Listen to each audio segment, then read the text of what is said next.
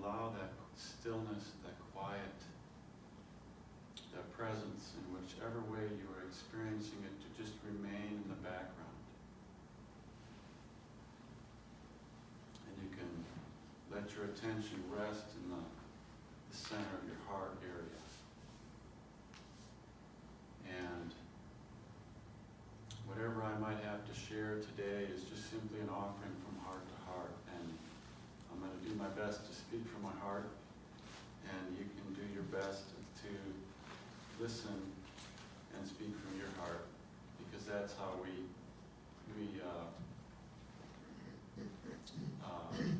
can take in and recognize that divine presence and divine wisdom and divine power that's in us. And I'm going to try to get this up so I don't have to bend over. The gymnastics. There we go. So, Becky did a great job picking out the music. Yeah. As always, I'm sure.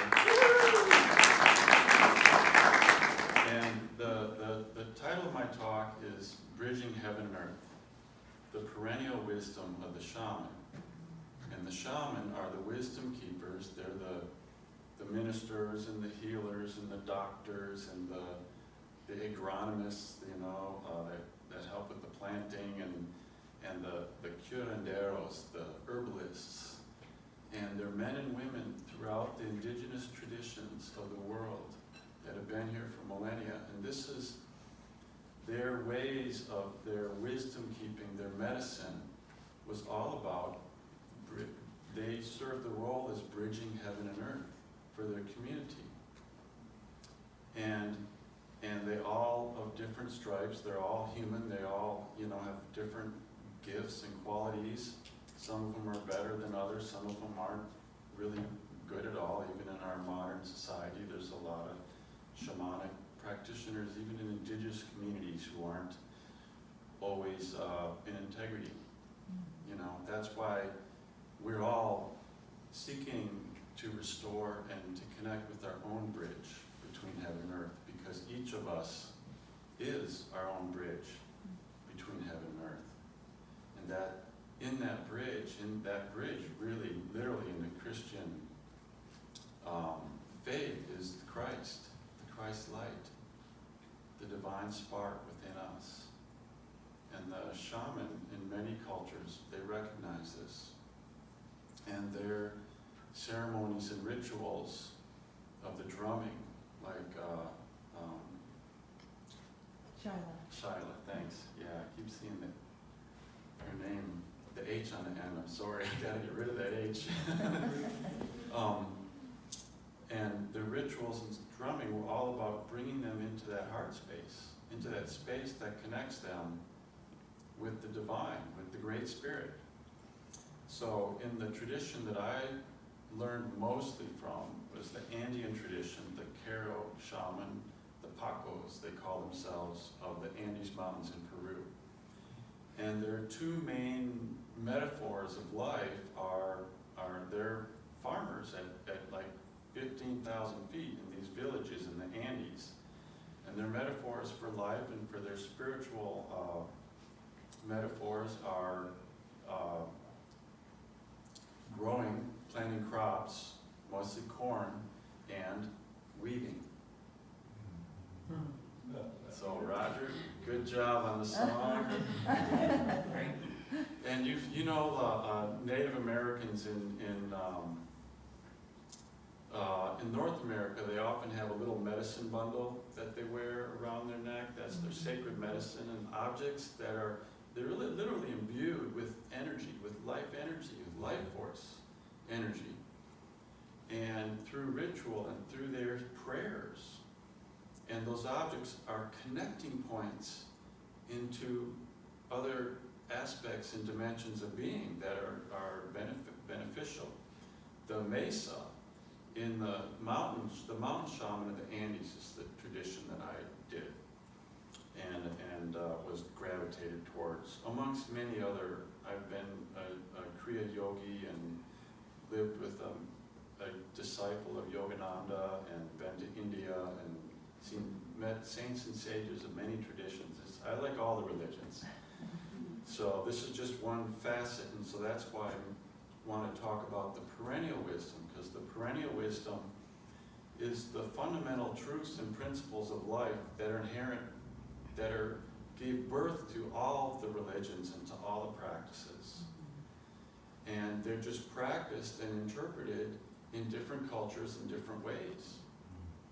And so I love to go and ferret out the connecting points and the things that are similar in all the traditions, and leave all the rest, because there's a lot of just human stuff in there too, right?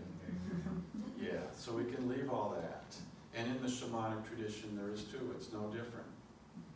So the workshop is going to be about that, and about the ways that they're similar, and about what works. It's very earthy, grounded tradition, and the practices bring us closer to earth and to nature. And Yogananda has a song, Spirit and Nature Dancing Together. And that song we did, the first song, or was it Weaving with the nature, right? That's how the Garden of Eden is, learning to live in harmony with all life, in unity with all life. And that's bridging heaven and earth. That's the mission and the role and the devotion and dedication of a shaman, is to be that person in their community, in their village, and now in the world, that is fostering that unity amongst all of the people and with the humanity and the earth. Gaia, Mother Earth, they call in Quechua, they call her Pachamama. You've heard that term, Pachamama. That's Mother Earth, Gaia. And they view it as a living entity, a living being with the soul.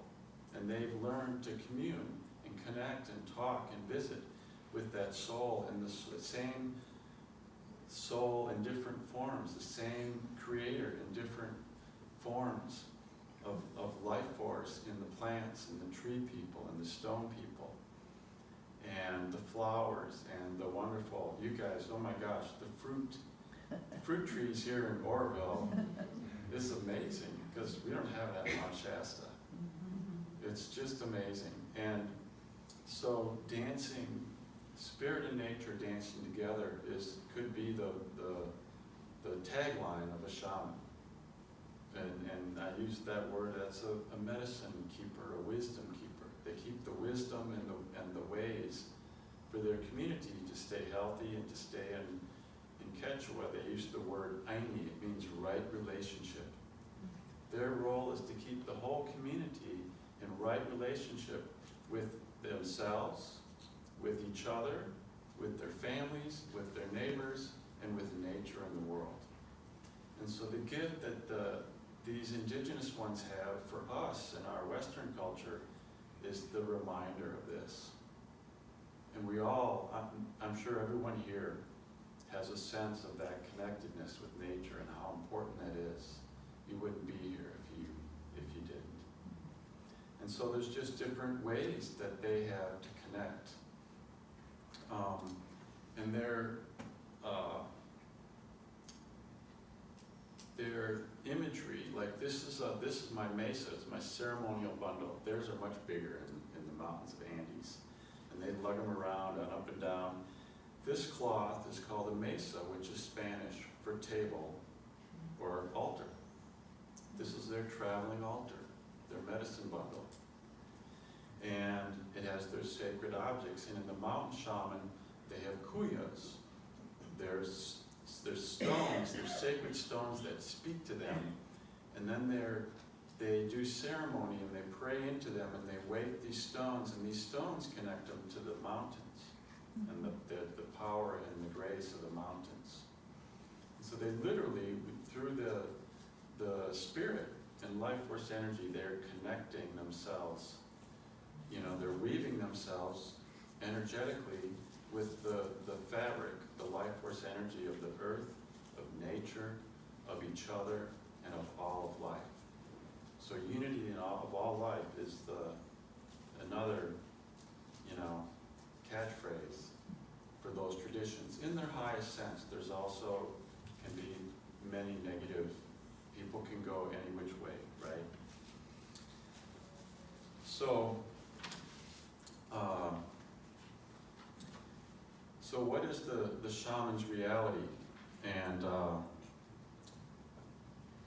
it is this unity of all life, seeing all life as sacred.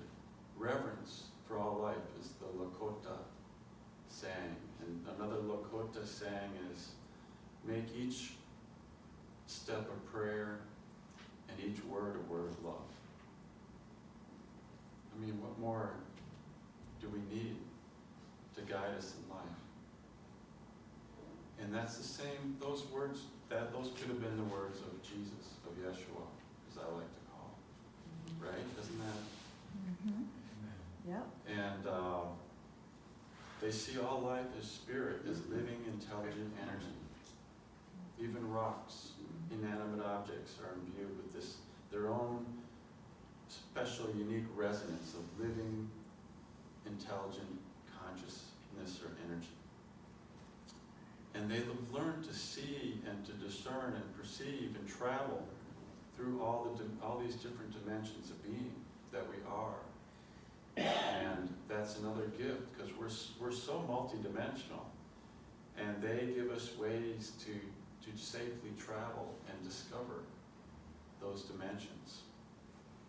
And finally, their journey, the shaman in particular, the medicine woman, the medicine man, their journey is going in and overcoming the fears, the limitations, the conditional thoughts, and doubts and worries, and learning to live and foster and build that bridge to the divine, to heaven inside them. I was on a trek with, we had about a group of 20 fellow students and 5 shaman. They were all pretty, short and wonderful. Do you need a hand? Someone? Okay. So I'm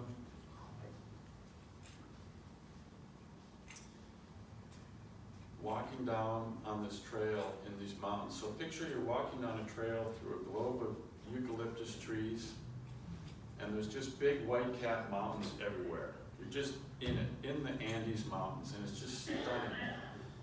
And I'm walking alone, and one of these shaman, Don Francisco, he walks up to me and takes my hand, and my mind just goes quiet. And then all of a sudden my heart went whoosh, and I could just feel the presence and power of all the mountains and everything around us. And he looked up at me, and in broken English, because I didn't speak Spanish, he didn't speak English, and he said, "This is how we approach the sacred mountain." And it was just one of the most beautiful moments of my life. And it's like, that's the teaching, that reverence for all life. And as we foster and cultivate that, which you're doing here and in your lives, and if we open our window of awareness of what's possible, and any gardener or I've worked as a stonemason for 15 years, in addition to working as an evolutionary healer and teacher and stone whisperer and lots of things that I do. And you can't work with nature and not start to listen to it. It talks to you, in not necessarily in words, but in feelings and movements and intuition. You just know that that plant is thirsty and needs this much water. You just know that this stone wants to go in that place. And so the journey becomes not one of just connecting into heaven, but connecting into earth and seeing that they're both really one and the same. Heaven is in everything. What is we call God, Great Spirit, is in everything. And life is very rich when we acknowledge that in the natural world around us. And it also makes it much easier to see see that in the people around us, which is often much more difficult. So that reverence of life is what we would term humility in Christian terms. And they pray a lot. Their ceremonies, they'll be sitting there and praying for like 2 hours. But their way of doing it is very earthy. They'll take quinto, it's 3 coca leaves. And the coca leaves is like sacred tobacco to the Native Americans, to the Andeans, it's their sacred plant. And they take 3 leaves and they pick them out and they blow their prayers, the leaves. And then they may lay them on the ground, lay them by a tree, make a big bundle and bury it as a great big birthday present for the earth. Just amazing, beautiful things.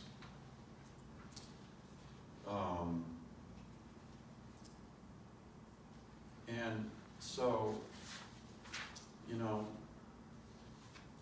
why do they do this? Well, like I mentioned, one of the things is they take on the role of the welfare of their community, their physical, emotional, mental, spiritual, and energetic well-being of the community and of the land and nature and spirits of nature around them, and ensuring that the community prospers by maintaining harmony and balance with the natural world and with the Creator. Now, they also are stepping out, some of them, into a new role, as they say, to teach us, their younger sisters and brothers, how to remember this, what it is to, as they say, be in the garden. So we all renewing in our own way, in our own journeys and in our own means, this bridge to the light, to the Creator, to God within us, that inner bridge that connects us to God, to heaven. And the more we do that, the more then we become the bridge for heaven to come down into earth.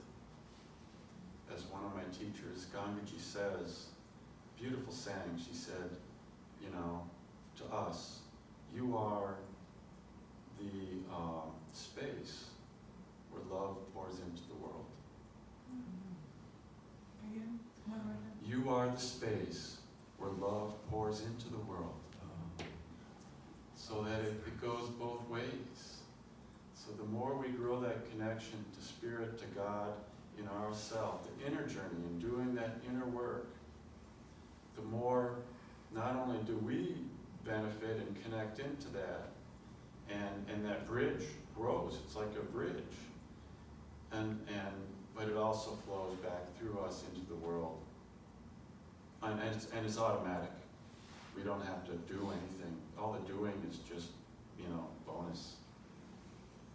That's the vanilla ice cream, right?